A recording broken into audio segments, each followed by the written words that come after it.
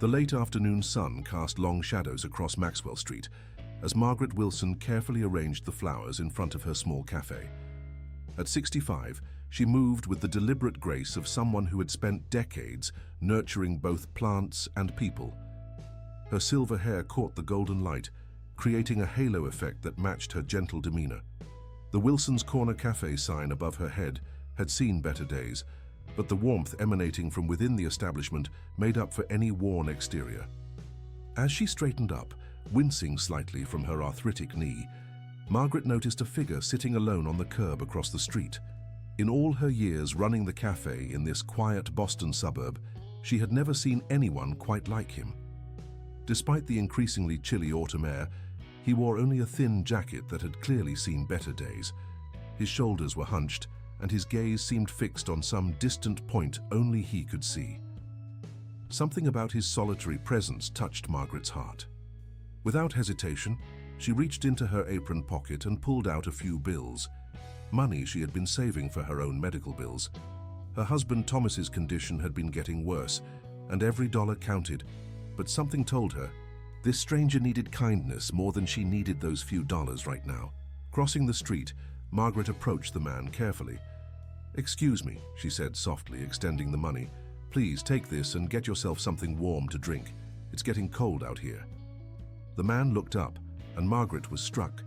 By the depth of his eyes, they seemed to hold both incredible intelligence and profound loneliness. He appeared to be in his early 50s, with salt and pepper hair and features that might have once been quite handsome before whatever circumstances had brought him to this street corner. "Thank you," he said, his voice carrying an unexpected sophistication. "That's very kind of you." He accepted the money with a slight tremor in his hand that Margaret suspected had nothing to do with the temperature. "There's a lovely cafe right across the street," she said with a warm smile, not mentioning it was her own establishment. "They serve the best hot chocolate in town. At least that's what my customers tell me." The man's lips curved into what might have been his first genuine smile in a long time. "You own it, don't you?" he asked, showing surprising perception. Margaret nodded, feeling slightly embarrassed at being caught out. "For 30 years now, it's not much, but it's home." As she spoke, a gust of wind scattered fallen leaves across the sidewalk, and the man pulled his thin jacket closer. Margaret felt an overwhelming urge to invite him inside, to learn his story, to help in whatever way she could, but something in his bearing suggested he wasn't ready for that yet. "Well, I should get back," she said instead. "Please take care of yourself." As she turned to leave, the man called out, "Wait." Margaret paused and looked back. "What's your name?" "Margaret. Margaret Wilson." He nodded slowly, as if committing it to memory. "Thank you, Margaret Wilson. You've given me something to think about today." She watched as he carefully folded the bills and tucked them into his pocket, his movements precise and deliberate. There was something about him that didn't quite fit the image of a man down on his luck, but Margaret had learned long ago not to judge people by appearances. Returning to her cafe, Margaret went through the familiar motions of closing up for the day. She wiped down tables, counted the register, and prepared the morning's coffee setup, all while keeping an eye on the mysterious stranger through the window. As the sun dipped lower, casting orange and purple streaks across the sky, she saw him finally stand and walk away, his gait steady and purposeful. That night, as Margaret sat beside Thomas's bed in their modest home, reading him the evening paper as she always did, whether he was conscious or not, her thoughts kept drifting back to the stranger. She had encountered many people in need over the years, but something about this man was different. Perhaps it was the way he carried himself, or the intelligence in his eyes, or maybe just her own intuition telling her that this encounter was somehow significant. Little did Margaret know that her simple act of kindness was about to set in motion a chain of events that would not only transform her life, but would ripple out to touch countless others. As she finally drifted off to sleep in her chair beside Thomas's bed, the man she had met was sitting in a penthouse office 40 stories above downtown Boston, still holding the bills she had given him and making a decision that would change everything. In his other hand, he held a tablet displaying a detailed report about Margaret Wilson, her background as a retired school teacher, her struggle too. keep her cafe afloat while caring for her ill husband, her reputation in the community for unfailing kindness despite her own hardships. Alexander Chen, CEO of Chen Technologies, one of the largest tech companies in the country, had spent his afternoon disguised as a homeless man for a reason. He had been searching for something, though he hadn't known exactly what until Margaret had approached him with those few dollars and genuine concern. The next morning dawned crisp and clear, with frost patterns decorating the windows of Wilson's Corner Cafe. Margaret arrived early as usual, her breath visible in the cold air as she unlocked the front door. She had just finished arranging fresh muffins in the display case when she heard the unmistakable sound of multiple vehicles pulling up outside. Looking through the window, she saw 5 black SUVs parked along the curb. Their windows were tinted, and they had the sleek, expensive look of vehicles that cost more than her cafe's annual revenue. Margaret's heart began to race as she watched several men in dark suits exit the vehicles and take up positions along the sidewalk. Then from the central SUV emerged a familiar figure, though he looked vastly different from the man she had met yesterday. Gone was the worn jacket and disheveled appearance. Instead, he wore an impeccably tailored suit that probably cost more than her monthly mortgage payment. His salt and pepper hair was perfectly styled, and he carried himself with the confident air of someone accustomed to command. The bell above the cafe door chimed as he entered, and Margaret found herself frozen behind the counter, her hand still holding a half-arranged tray of blueberry muffins. The man, so different yet unmistakably the same, approached with a warm smile. "Good morning, Mrs. Wilson," he said, his voice carrying the same cultured tone she remembered from yesterday, but now it matched his appearance. "I hope I'm not interrupting your morning preparations." Margaret struggled to find words, her mind trying to reconcile yesterday's street corner encounter with the commanding presence before her. "Alexander Chen," he supplied, extending his hand. "CEO of Chen Technologies, though you knew me under slightly different circumstances yesterday." Margaret shook his hand automatically, still processing the situation. "You were testing something," she said finally, her teacher's intuition kicking in. "But why?" Chen's expression grew more serious. "I've spent the last 15 years building one of the largest tech companies in the world. In the process, I lost touch with reality, with real people and genuine interactions. Yesterday was the first time in years someone showed me kindness, without knowing who I was or wanting something in return." He reached into his jacket and withdrew an envelope. "I'd like to offer you a position at Chen Technologies, Mrs. Wilson. We need someone with your perspective, your humanity, someone who sees people, not opportunities." Margaret took the envelope with trembling hands. "Mr. Chen, I'm just a retired school teacher who runs a small cafe. I don't know anything about technology or corporate business." "But you know people," Chen countered, "and that's what my company has forgotten. We've become so focused on innovation and profit that we've lost sight of the human element. I want you to help change that." Opening the envelope, Margaret gasped at the number on the offer letter. The annual salary was more than she had earned in her best 5 years of teaching combined. It would easily cover Thomas's medical expenses and save their home from the reverse mortgage she'd been considering. I don't know what to say," she whispered. "Say yes," Chen urged. "I'm offering you a chance to make a real difference, not just in my company, but in the lives of thousands of employees and their families. Plus," he added with a slight smile, "the position comes with comprehensive medical benefits that would cover your husband's care." Margaret's head snapped up. "You've been investigating me." "I have," Chen admitted without apology. "I needed to know if your kindness yesterday was a one-time occurrence or a pattern of behavior. What I found was remarkable. Decades of touching lives as a teacher, then running this cafe like a community center more than a business. You've helped countless people, Mrs. Wilson, often at your own expense." He gestured to one of his assistants, who brought forward a tablet displaying a presentation. "This is what I'm proposing. You'll work directly with me as a special advisor on corporate culture and human resources. Your primary focus will be on implementing programs to make Chen Technologies more people-centered, more humane." Margaret, studied the tablet, her former teacher's thoroughness taking over as she absorbed the details.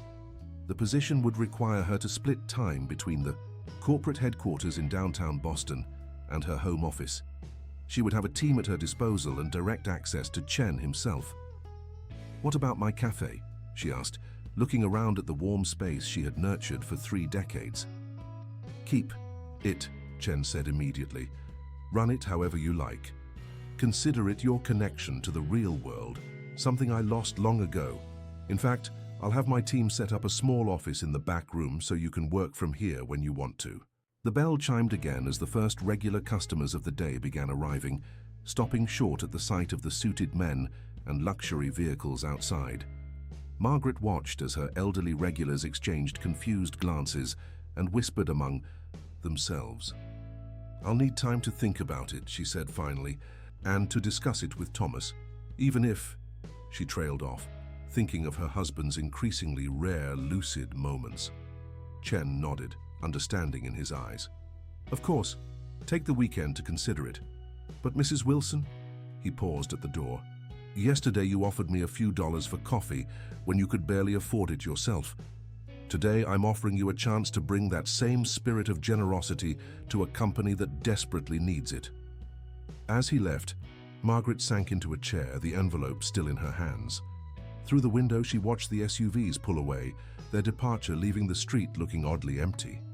Her regular customers approached cautiously, full of questions, but Margaret's mind was already racing ahead, imagining the possibilities and the challenges that lay before her. Monday morning arrived with a mixture of anticipation and anxiety for Margaret. After a weekend of careful consideration and long talks with Thomas during his lucid moments, she had decided to accept Alexander Chen's offer.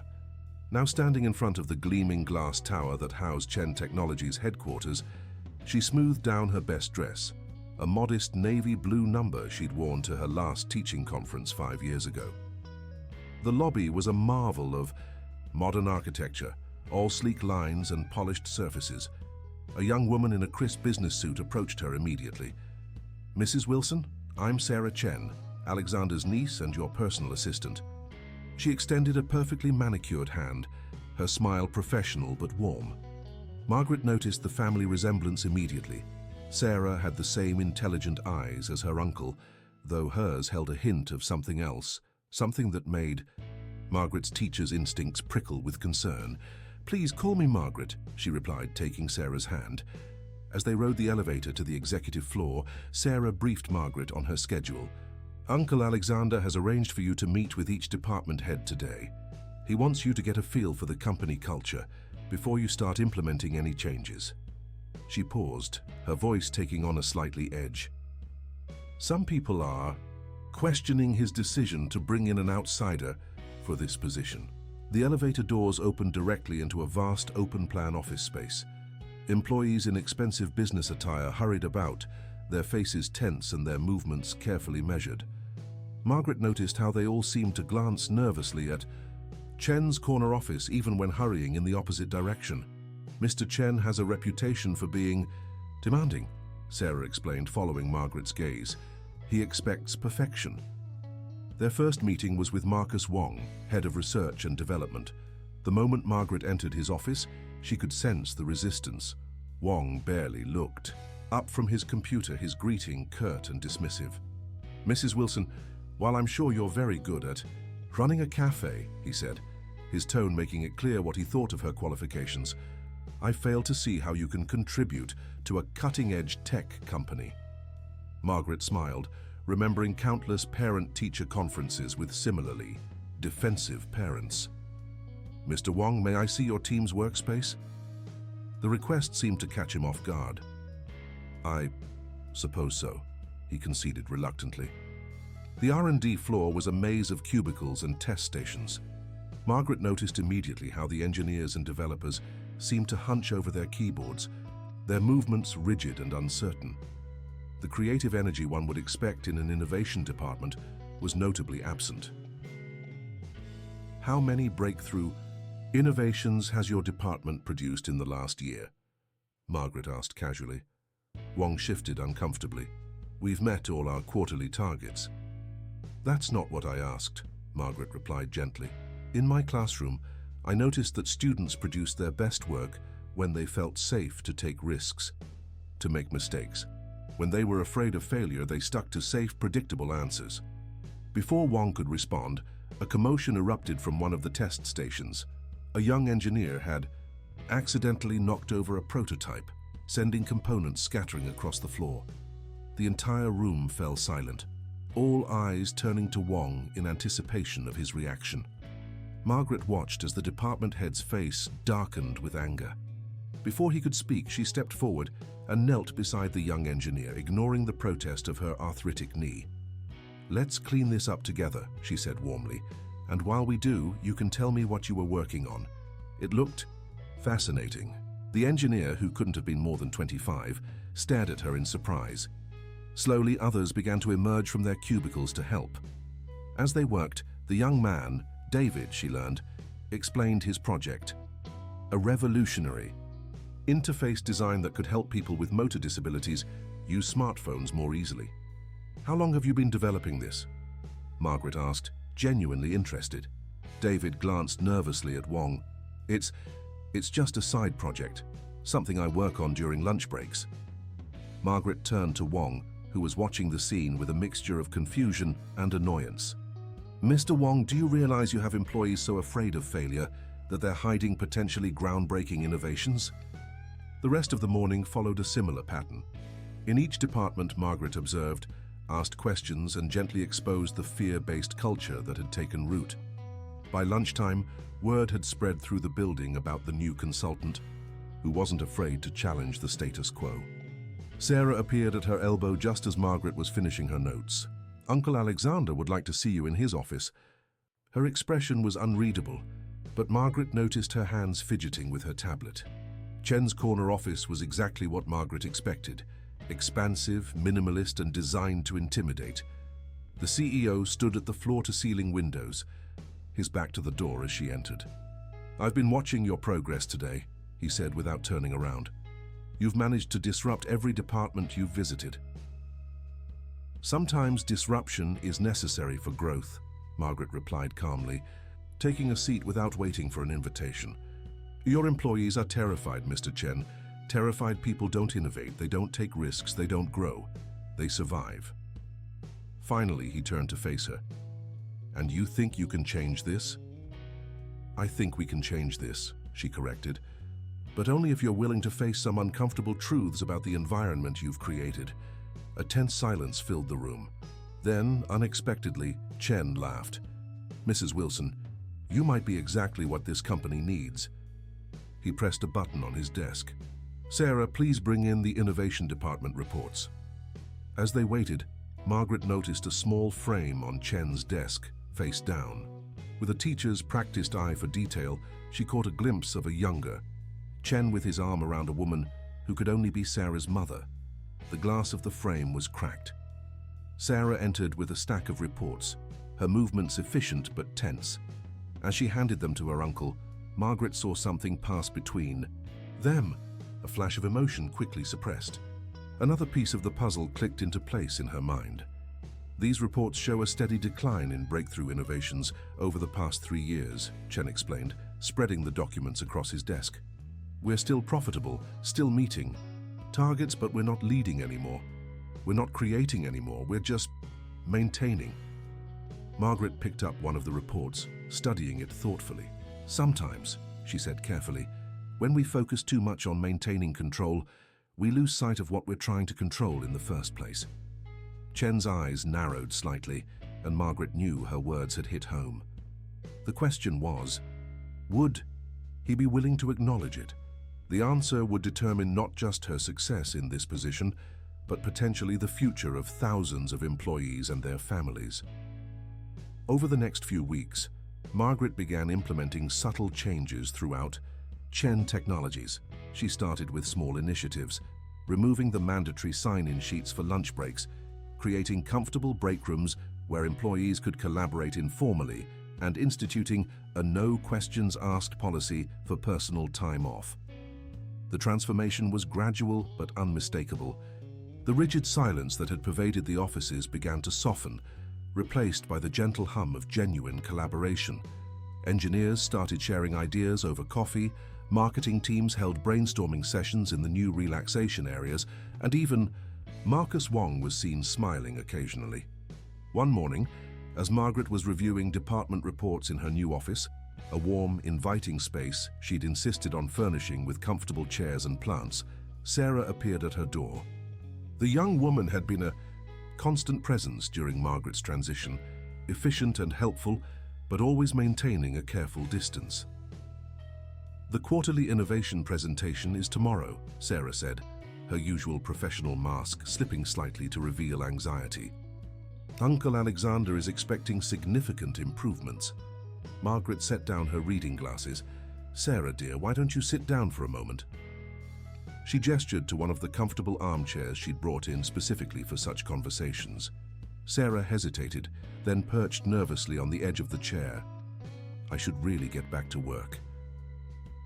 "When was the last time you and your uncle really talked?" Margaret asked gently. "Not about work, but about family." The question caught Sarah off guard. We don't do that anymore, not since Mom left." "Left?" Margaret prompted softly. Sarah's professional facade cracked slightly. She couldn't handle his obsession with the company. She said he'd forgotten how to be human. She stood abruptly. "I'm sorry, I shouldn't be talking about this. It's okay to have feelings, Sarah. It's okay to miss your mother. Uncle Alexander doesn't see it that way. He says emotions have no place in business." Sarah's voice turned bitter. "That's why he hired you, isn't it? To fix his people problem so he doesn't have to deal with it himself." Before Margaret could respond, a commotion erupted in the main office area. David, the young engineer she'd met on her first day, was rushing toward Chen's office, clutching a prototype and looking both excited and terrified. "He's done it," Sarah explained, her professional mask sliding back into place. "The adaptive interface he was working on. He's finished the prototype." Margaret followed Sarah to Chen's office, arriving just as David was setting up his demonstration. The young engineer's hands shook slightly as he connected his device to the main display screen. "Mr. Chen, Mrs. Wilson," David began, his voice steadying as he focused on his creation. "This interface adapts to each user's unique mobility patterns. It learns from their movements, compensating for tremors, limited range of motion, or other challenges." As they watched, David demonstrated how the interface could be controlled with minimal movement, how it predicted user intentions, and how it adjusted in real time to changes in the user's capabilities. It was brilliant, innovative, and deeply human. Chen remained silent throughout the presentation, his expression unreadable. When David finished, the room was thick with tension. "How long have you been working on this?" Chen asked finally. 6 months, sir, mostly during lunch breaks and after hours." David swallowed hard. "I wasn't sure it fit with our current product lines." "It doesn't," Chen said flatly. David's face fell, but Chen wasn't finished. "It's better. This is exactly the kind of innovation we've been missing." He turned to Margaret. "You saw this potential on your first day, didn't you?" Margaret smiled. "I saw a young man who cared more about helping people than following rules. Sometimes the best innovations come from the heart, not the spreadsheet." "Set up a full team," Chen instructed Sarah. "Give David whatever resources he needs." He paused, then added something none of them had ever heard from him before. "And good work, David. Really good work." The young engineer's face lit up with pride and relief. As he packed up his prototype, Margaret noticed Sarah watching her uncle with an expression of surprised hope. Later that afternoon, Margaret found an unexpected visitor in her office, Alexander Chen himself, looking uncharacteristically uncertain. "The quarterly presentation is tomorrow," he said, pacing slightly. "The board is expecting results." "They'll get them," Margaret assured him. "But Alexander, there's something more important we need to discuss." She pulled out a file she'd been compiling. "I've noticed some concerning patterns in the executive communications." Chen's expression tightened. "What kind of patterns?" "Information leaks, unauthorized access to development servers, strange financial transactions." Margaret chose her words carefully. Someone high up in the company is working against you. You're overstepping, Mrs. Wilson, Chen warned, but she could see the flash of fear in his eyes. Am I?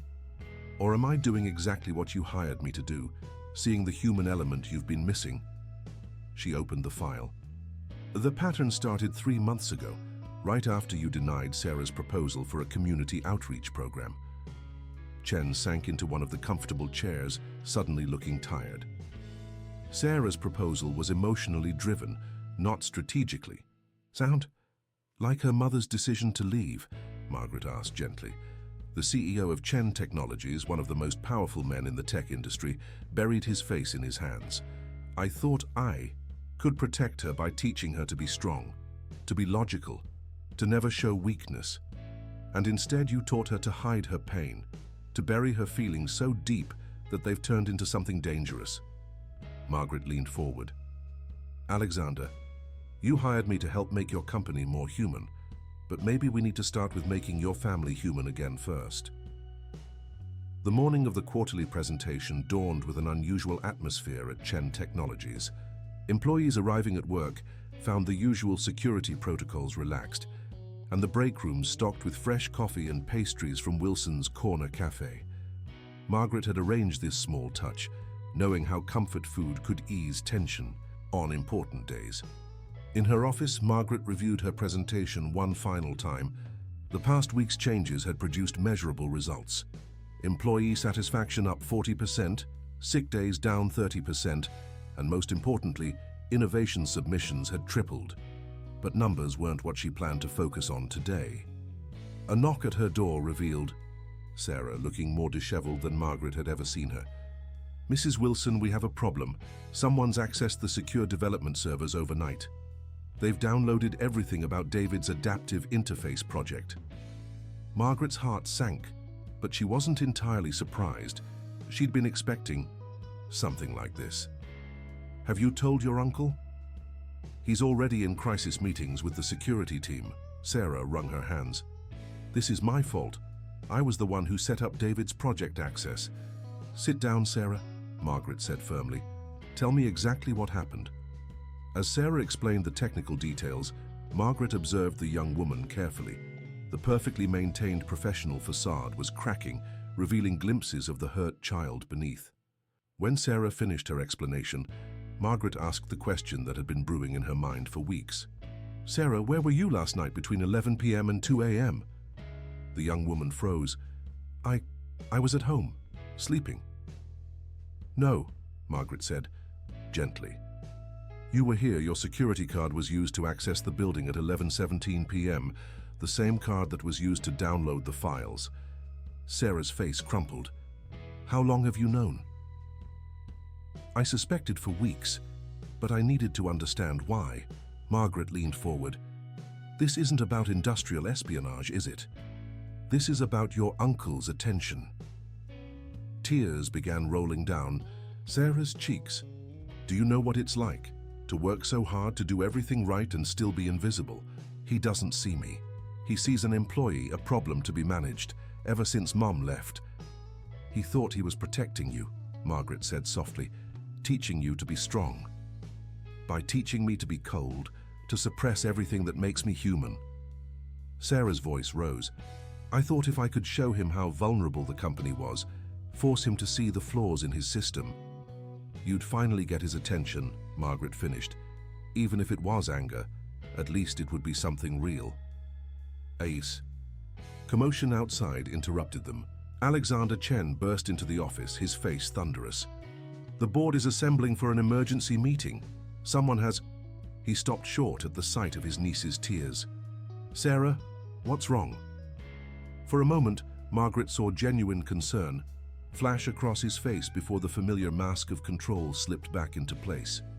We don't have time for this. The company is under attack. No, Margaret said, standing. The company is finally facing what it's been avoiding for years. Sit down, Alexander. It's time for a different kind of emergency meeting. To everyone's surprise, including his own, Chen sat. Perhaps it was the teacher's tone in Margaret's voice, or perhaps some part of him recognized that this moment was crucial.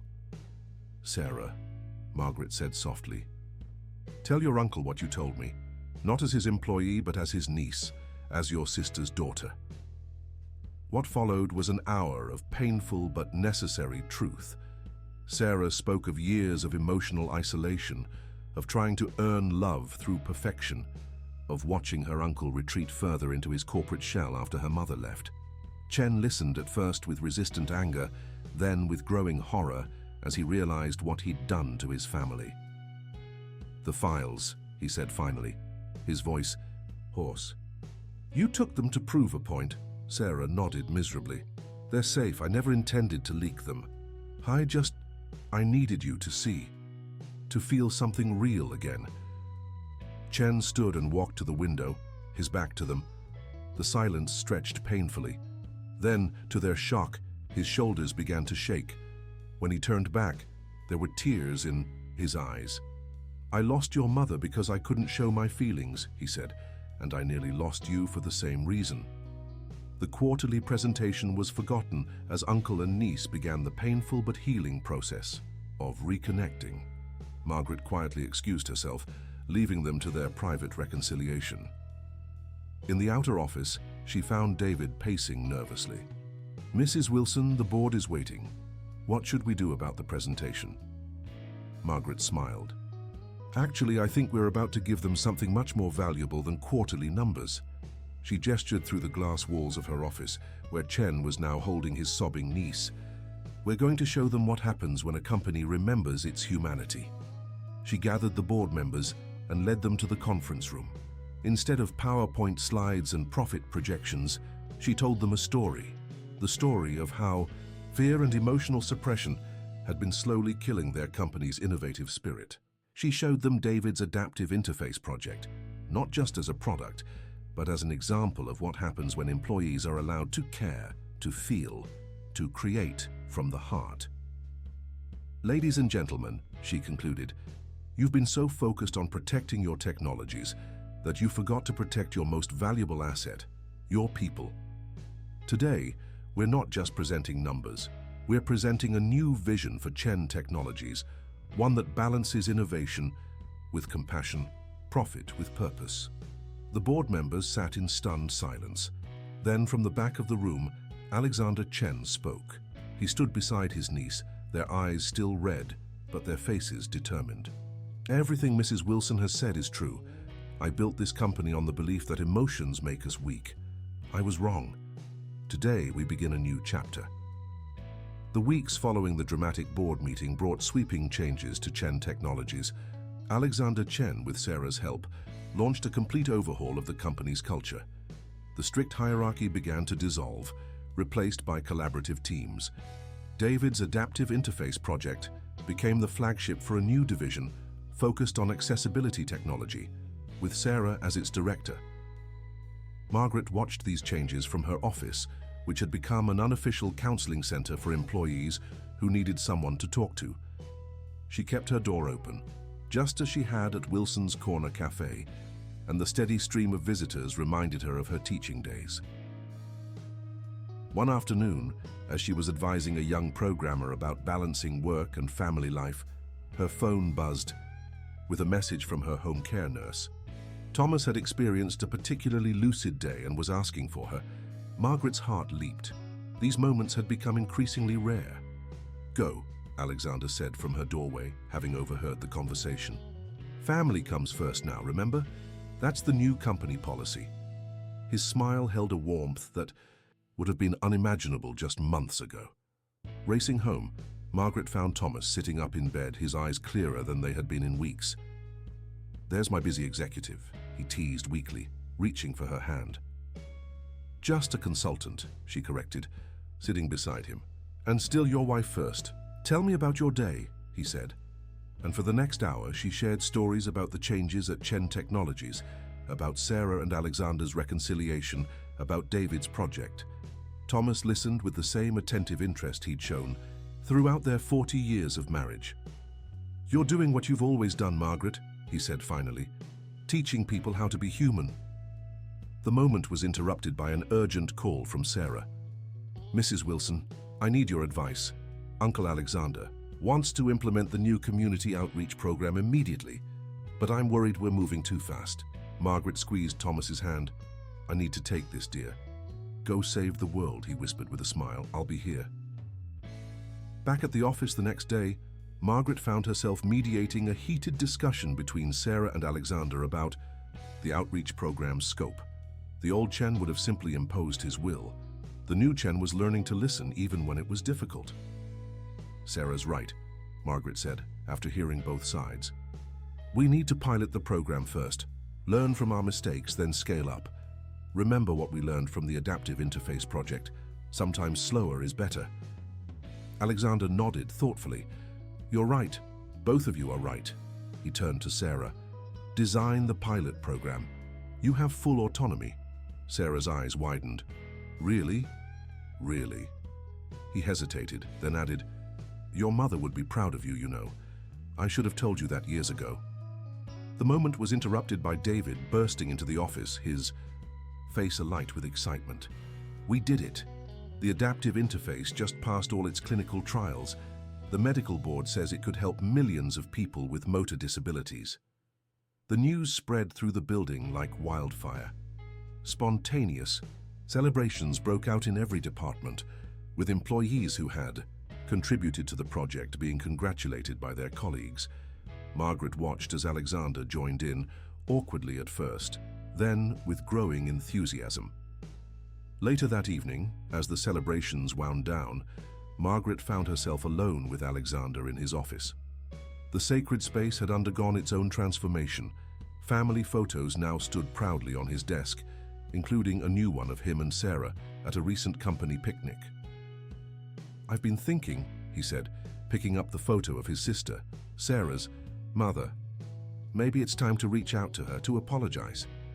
It's never too late to rebuild bridges, Margaret agreed, as long as you're ready to be vulnerable. You've taught me that vulnerability isn't weakness, he said. It's the strongest thing we can be. He paused, looking at her carefully. Speaking of which, I've been meaning to talk to you about Thomas's treatment. Margaret tensed slightly. Despite the excellent health benefits her new position provided, Thomas's condition had continued to deteriorate. The experimental treatments they'd hoped might help were proving to be prohibitively expensive, even with insurance. I've been in contact with some research hospitals, Chen continued. There's a new therapy being developed that might help. I'd like to fund a private trial with Thomas as the first patient. Margaret felt tears welling in her eyes. Alexander, that's too much. The cost is nothing compared to what you've given this company. Given me, he smiled. Besides, think of it as an investment in human potential. Isn't that what you've been teaching us? As autumn turned to winter, Chen Technologies transformed in ways that went far beyond corporate restructuring. The Adaptive Interface Project, now branded as Access Tech, had become the company's fastest-growing division. Under Sarah's leadership, the team had expanded to include researchers, medical professionals, and, most importantly, users with various mobility challenges who provided invaluable feedback. Margaret split her time between the corporate offices and her cafe, which had become an unofficial innovation hub where employees gathered to brainstorm and collaborate in a relaxed environment. The smell of fresh coffee and baked goods seemed to inspire creativity in ways that sterile meeting rooms never could. One snowy morning, as Margaret was reviewing the latest Access Tech feedback reports in her cafe office, she noticed an unfamiliar woman studying the photographs on the wall. The stranger was elegantly dressed with graying hair and features that looked strikingly familiar. Can I help you? Margaret asked, though she already suspected who this might be. The woman turned, revealing eyes identical to Sarah's. I'm Elizabeth Chen, Alexander's sister, she smiled nervously. I received his letter. Margaret's heart skipped a beat. Alexander had spent weeks crafting that letter, rewriting it countless times until he felt it properly expressed his regret and hope for reconciliation. Please sit down. Would you like some tea? As Margaret prepared the tea, Elizabeth examined the cafe with curious eyes. Sarah told me this place was special, but I didn't understand why until now. It feels real, like the world Alexander and I grew up in before technology and profit consumed everything. Sometimes we need to remember where we came from to know where we're going, Margaret said, setting down 2 steaming cups. Your brother has changed, Elizabeth. He's learning to balance the visionary with the human. So I've heard. Elizabeth's fingers traced the rim of her cup. Sarah's weekly emails have kept me informed. She tells me you're largely responsible for these changes. Margaret shook her head. I just reminded them of what they already knew, that true innovation comes from the heart as much as the mind. Alexander was different once, Elizabeth said softly. Before our parents passed away, before he felt the weight of the family legacy on his shoulders, he used to laugh, to dream, to care about more than stock prices and market share. He's finding his way back to that person, Margaret assured her. The question is, are you ready to be part of that journey? Before Elizabeth could respond, the cafe door chimed. Alexander Chen stood in the doorway, snow dusting his shoulders. He had known his sister would be here. Margaret had texted him the moment Elizabeth arrived, but knowing hadn't prepared him for this moment. Lizzie, he whispered, using a nickname from their childhood. Elizabeth stood slowly, her composure wavering. Alex. Margaret quietly excused herself, moving to the front of the cafe where Sarah had just arrived, her face flushed with cold and anticipation. Together, they watched through the office window as brother and sister began the delicate process of rebuilding their relationship. I was so angry for so long, they heard Elizabeth say. Watching you turn into someone I didn't recognize, someone who valued control over connection. I thought I was protecting us, Alexander replied. After Mom and Dad, I convinced myself that emotions were a liability, that the only way to ensure our security was through success and control. And all you did was push away everyone who loved you. I know, Alexander's voice cracked. But I'm learning, thanks to Margaret, thanks to Sarah. I'm learning that true strength comes from embracing our humanity, not suppressing it. The conversation continued for hours, moving from painful recriminations to tentative hopes for the future. Margaret and Sarah kept the cafe closed to other customers, creating a private space for this crucial family reunion. Late in the afternoon, as the winter sun cast long shadows through the windows, Elizabeth asked about the adaptive interface project. Sarah joined them, demonstrating the latest prototype with pride and passion.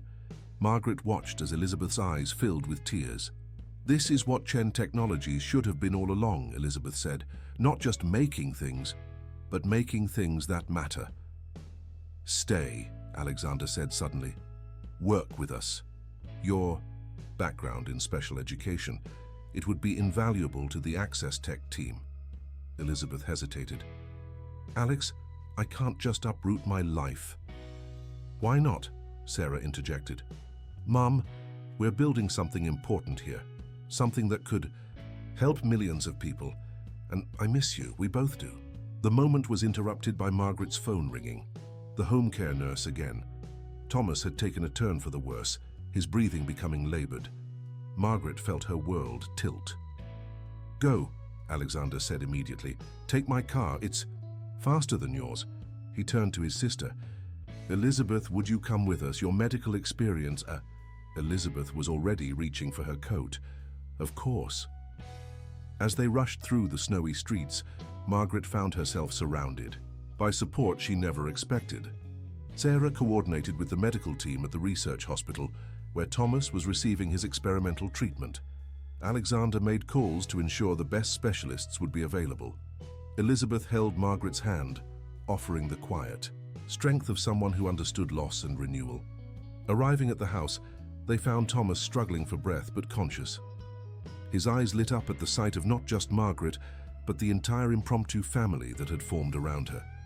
Quite a crowd you've brought home, my dear, he wheezed with a weak smile. Elizabeth, drawing on years of medical experience, quickly assessed his condition while they waited for the ambulance. The new treatment is working, she said after checking his vital signs. His body's just adjusting to the changes. It's actually a good sign, even though it's scary right now.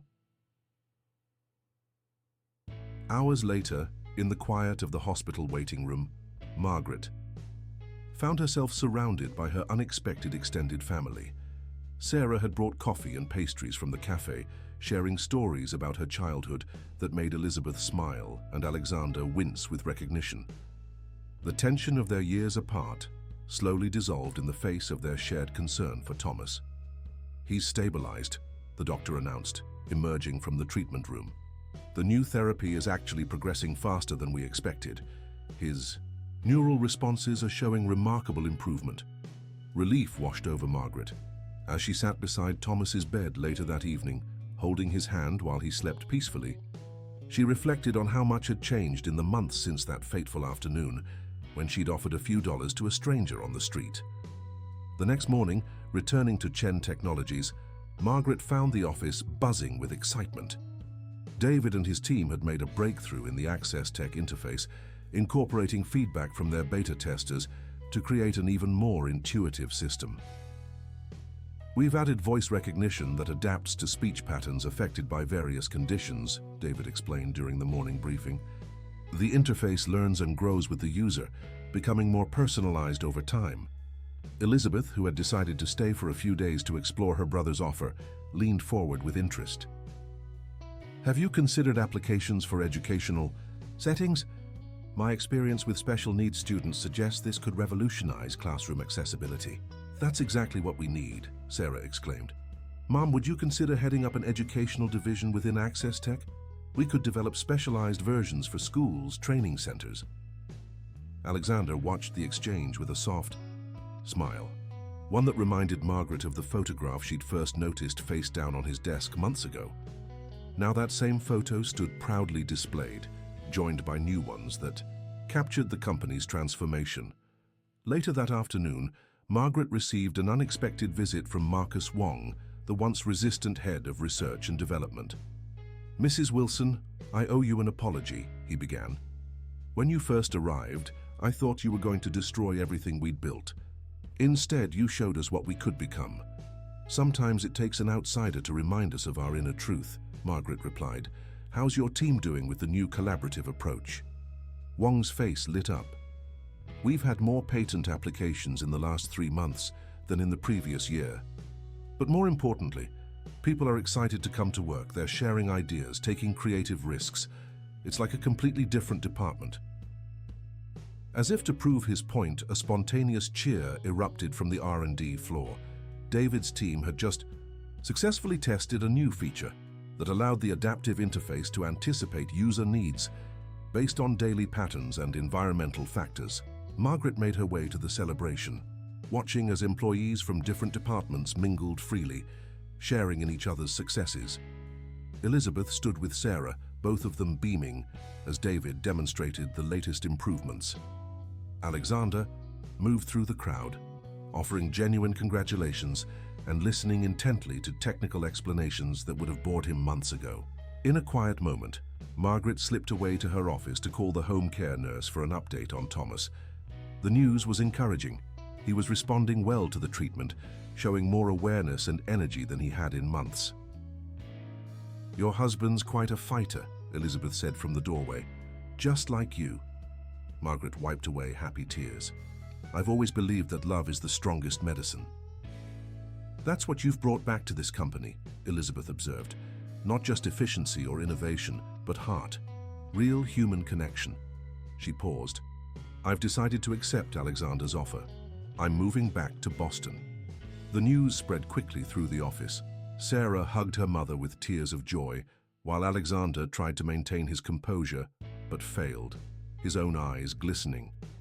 Watching them, Margaret saw the final pieces of healing falling into place. That evening, as Margaret prepared to leave for the hospital to visit Thomas, she found a gathering in the lobby. Employees from every department had assembled, led by David and his team. "We have something to show you," David said, gesturing to a large screen. "We've been working on this in our spare time." The presentation began, showing clips and photos from the past few months. The transformation of Chen Technologies from a cold, profit-driven machine into a vibrant community. Interviews with employees revealed stories of renewed passion for their work, of feeling valued, not just for their skills, but for their humanity. "This isn't just about technology anymore," Sarah narrated over the final scenes. "It's about people. About family, about remembering that the most powerful innovations come from the heart. Alexander stepped forward, his voice thick with emotion. Margaret, you came here to help us become more human. Instead, you helped us remember that we were human all along. We just needed someone to remind us what that meant. Spring arrived in Boston with an explosion of cherry blossoms and renewed energy. Chen Technologies had become almost unrecognizable from the rigid, fear-driven corporation it had been just months ago. The Access Tech division, now jointly led by Sarah and Elizabeth Chen, had expanded to occupy 3 full floors of the building, with David's team growing from a handful of developers to over 50 dedicated professionals. Margaret's role had evolved as well. While she maintained her official position as special advisor, she had become something of a corporate grandmother figure, dispensing wisdom and comfort in equal measure. Her office remained a sanctuary where employees could find understanding and guidance, whether for professional challenges or personal struggles. One particularly beautiful morning, as Margaret tended to the flowering plants that now decorated her office, Alexander Chen appeared at her door with an unusual expression, part excitement, part nervousness. "Margaret, I need your advice," he said, closing the door behind him. "We've been approached by Gateway Industries for a potential merger. They're impressed by our Access Tech innovations and want to take them global." Margaret set down her watering can. "That sounds like a significant opportunity. Why do I sense there's more to this story?" Alexander ran a hand through his hair, a gesture of vulnerability he would never have shown 6 months ago. Gateway's corporate culture. It's very much like ours used to be. All profit margins and performance metrics. They want to streamline Access Tech, make it more commercially viable. Which means sacrificing the human element we've worked so hard to maintain, Margaret finished. Exactly. The money they're offering is substantial. The board is interested, but... He picked up one of the framed photos on Margaret's desk, a group shot from the recent company picnic, showing employees and their families enjoying a sunny day together. "I'm not sure I can go back to that way of doing business." Before Margaret could respond, Sarah burst into the office, her face flushed with excitement. "Dad, Mom, you need to see this." She caught herself, still getting used to calling her uncle Dad again, a habit that had naturally resumed after Elizabeth's return. They followed Sarah to the Access Tech floor, where David was demonstrating their latest breakthrough. The adaptive interface had evolved beyond its original scope, now incorporating emotional recognition to better serve users with communication challenges. "Watch this," David said, gesturing to a young girl sitting at one of the testing stations. She wore a prototype headset and smiled shyly at the gathering crowd. The girl, who had significant motor and speech impediments, focused on the screen. The interface responded not just to her physical movements, but to subtle changes in her expression and eye movements. As they watched, she composed a complex message expressing her thoughts and feelings with a fluidity that brought tears to many eyes. "Sophie has been helping us test the system for weeks," David explained.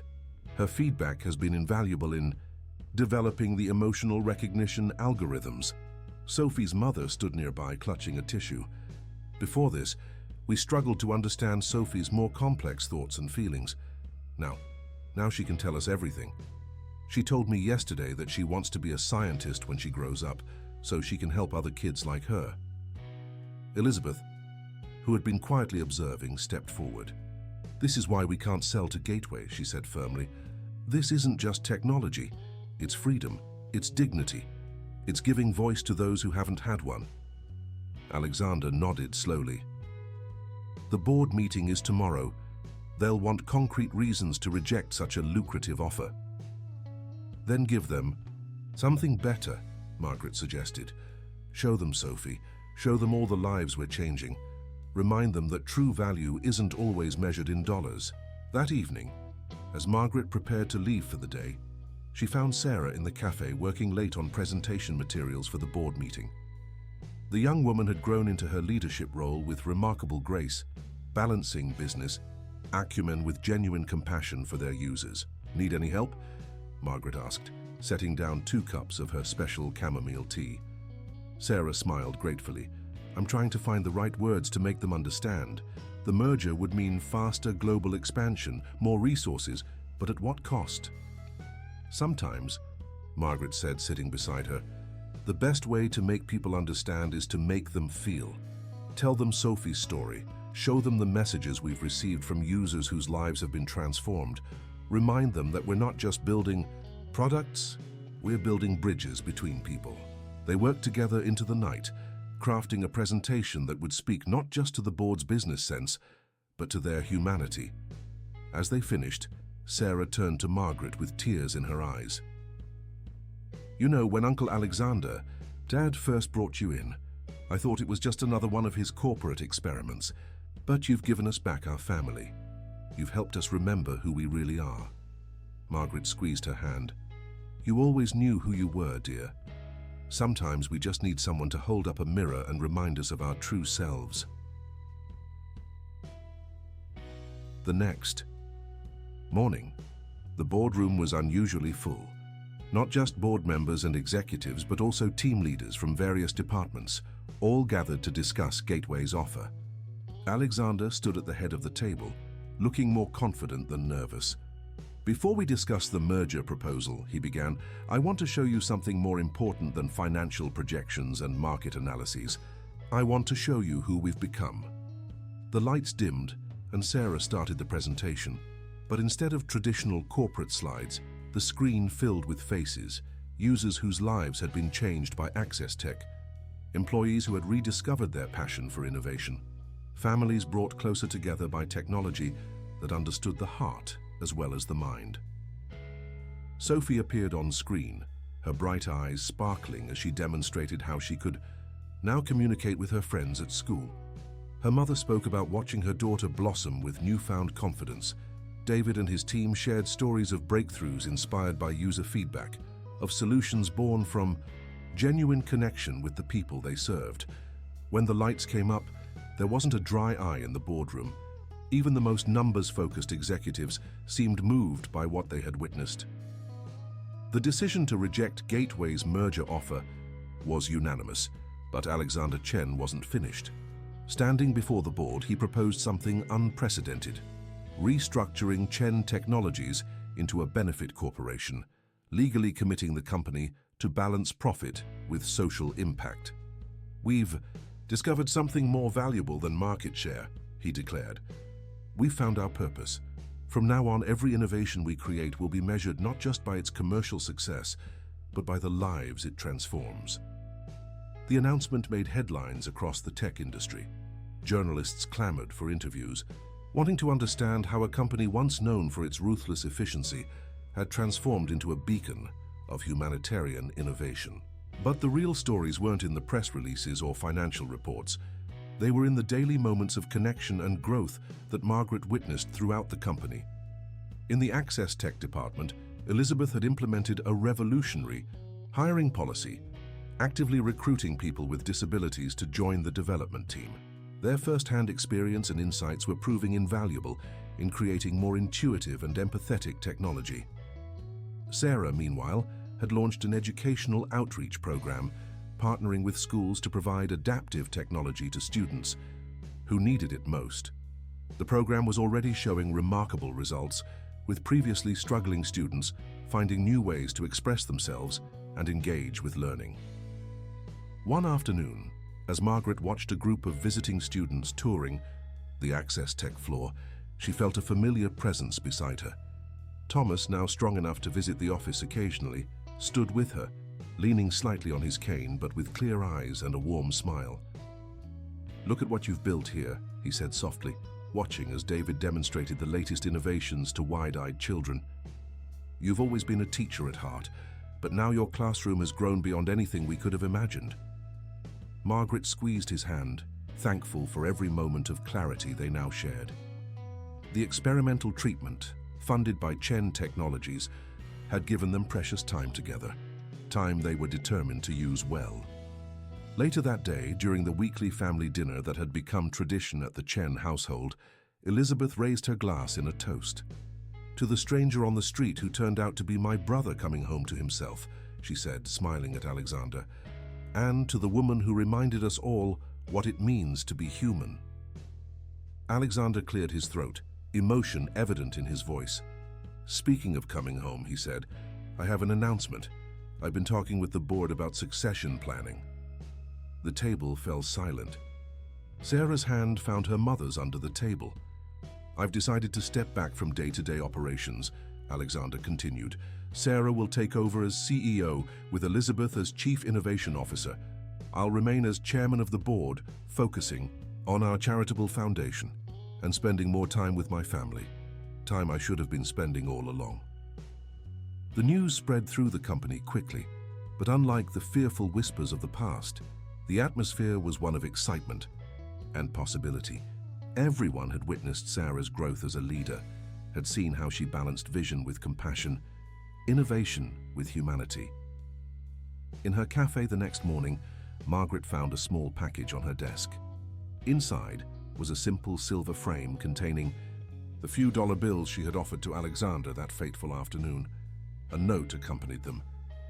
"These represent the best investment I ever made, not in stocks or technology, but in remembering who I was meant to be.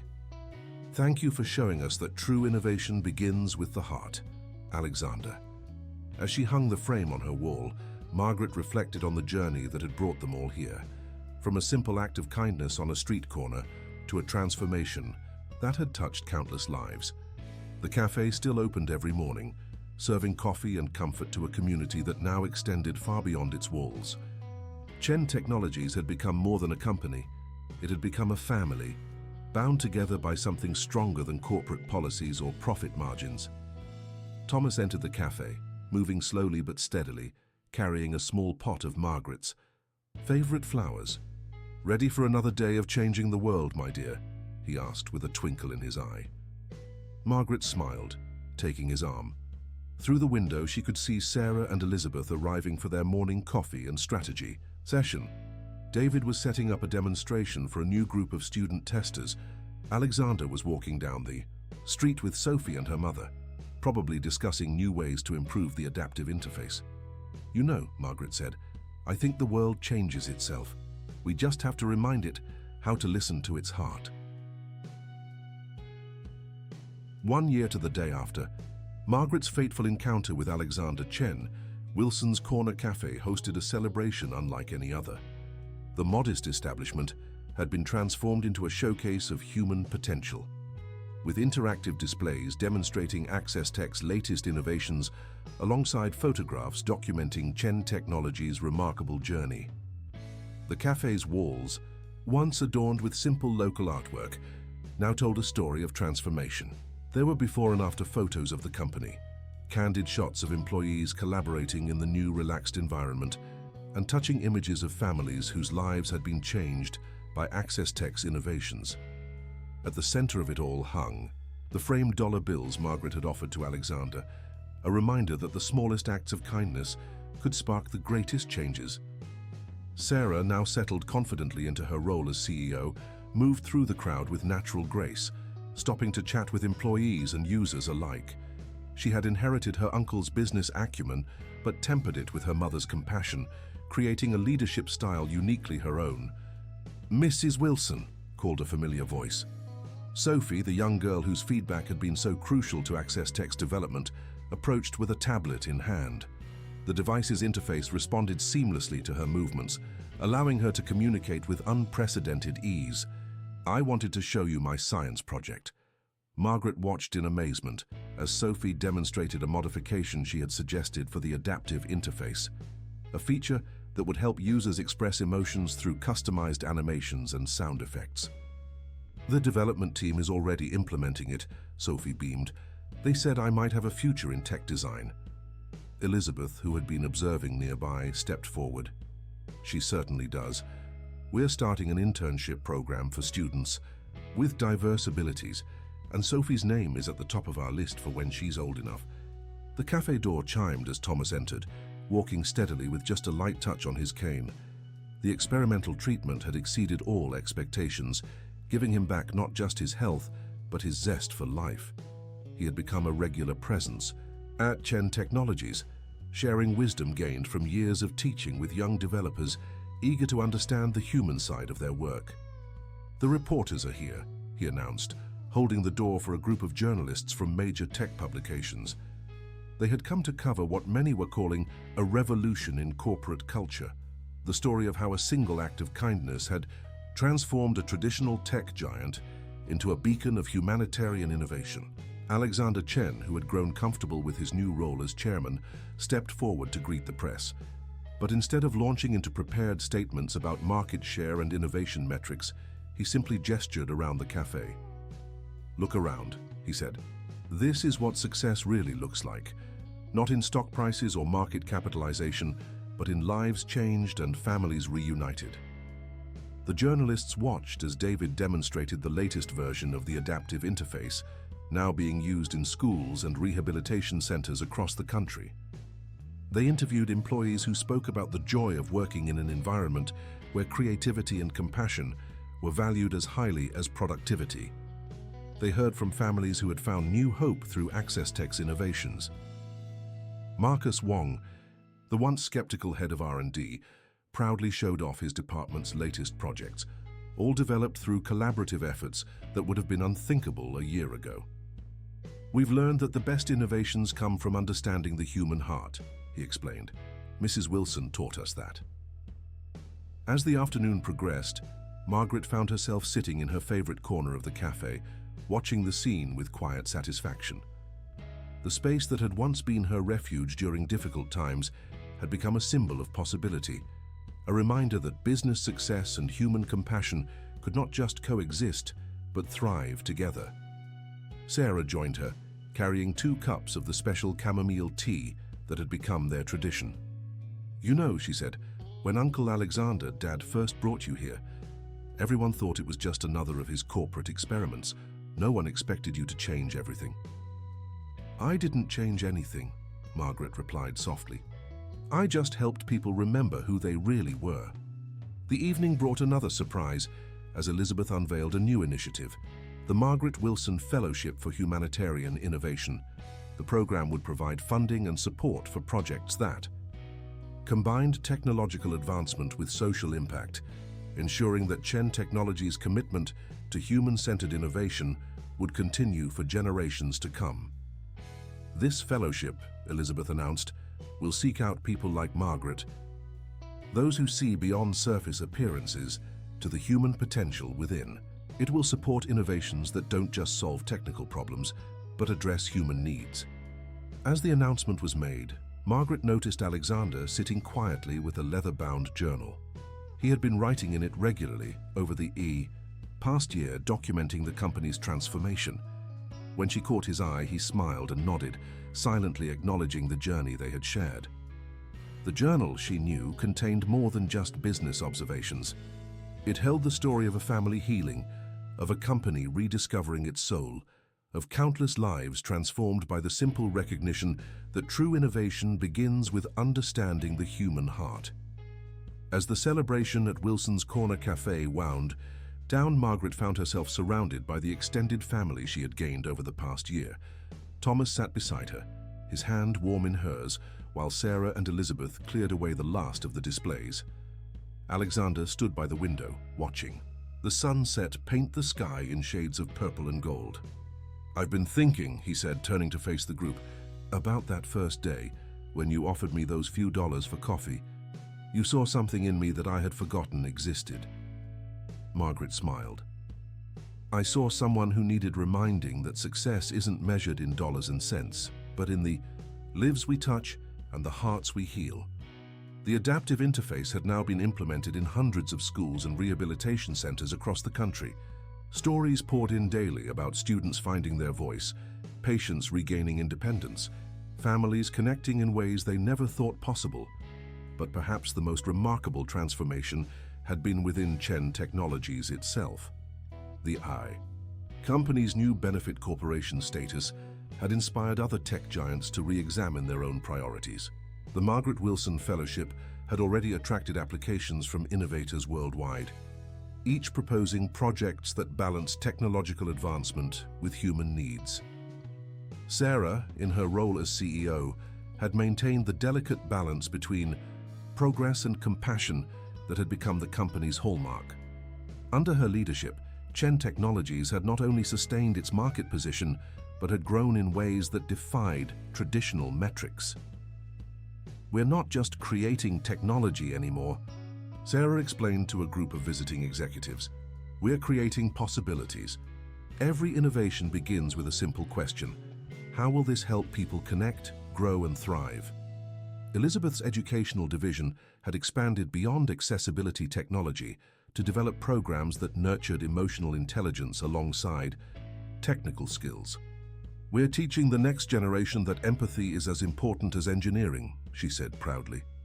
David, now heading his own research team, had maintained the collaborative spirit that had sparked the original adaptive interface. Breakthrough. His labs were filled with engineers working alongside users, ensuring that every development was grounded in real human needs and experiences. As the last rays of sunlight faded, Margaret stood to address the gathering. "A year ago, I offered a few dollars to a stranger on the street. I didn't know then that I was helping to write a new chapter in not just his story, but in the stories of countless others. We've all learned that true innovation isn't about technology. It's about understanding the human heart." Thomas squeezed her hand, his eyes bright with pride and love. "You've always been a teacher," he said softly. "You just found a bigger classroom." Alexander stepped forward, holding his leather-bound journal. "I've been writing our story," he said. "Not just the business transformation, but the human one. The story of how a simple act of kindness sparked a revolution in corporate culture. The story of a family healing, of a company rediscovering its soul, of countless lives transformed by the recognition that true success lies in our capacity to care for one another." Sophie, who had stayed late with her mother to help with the cleanup, approached Margaret with a bright smile. "Mrs. Wilson, guess what? I started a club at school for kids who want to design technology that helps people. We're calling it Hearts and Minds." Margaret hugged the young girl, remembering how far she had come from those first tentative tests of the adaptive interface. "That's wonderful, Sophie. You're proof that when we give people the tools to express themselves, they can change the world." As the group prepared to leave, Sarah turned to her mother.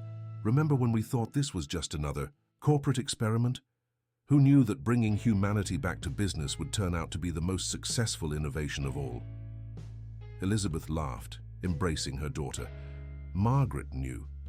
She saw the potential in all of us, even when we couldn't see it ourselves. Standing in the doorway of her cafe, watching her extended family make their way into the evening, Margaret reflected on the journey they had shared. The simple act of offering coffee to a stranger had set in motion a chain of events that had transformed not just a company but countless lives. Alexander paused beside her. "You know, Margaret, some people might say what happened here was a miracle, but I think it was something even more remarkable.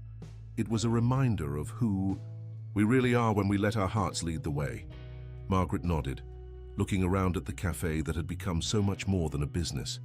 It was a testament to the power of human connection, a reminder that the greatest innovations come not from circuits and algorithms, but from understanding and nurturing the human spirit.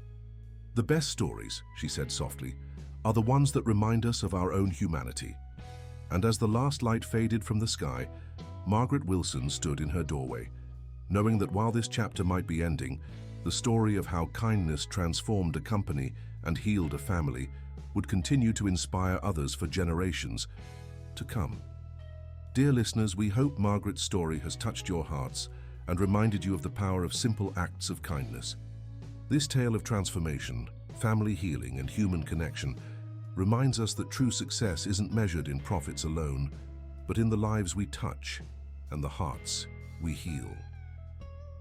To continue this journey of inspiration, we've prepared a special playlist featuring equally moving stories that celebrate the triumph of human spirit. You'll find it by clicking the link to your left. If Margaret's story resonated with you, please subscribe to our channel and give this video a thumbs up. Every day we bring you unique narratives that explore the depth and beauty of human experience. Share your thoughts in the comments below. How has an act of kindness changed your life? Your story might be the inspiration someone else needs today. Join our community of storytellers and believers in the power of human connection. Together, we can remind the world that the greatest innovations come from the heart. The end.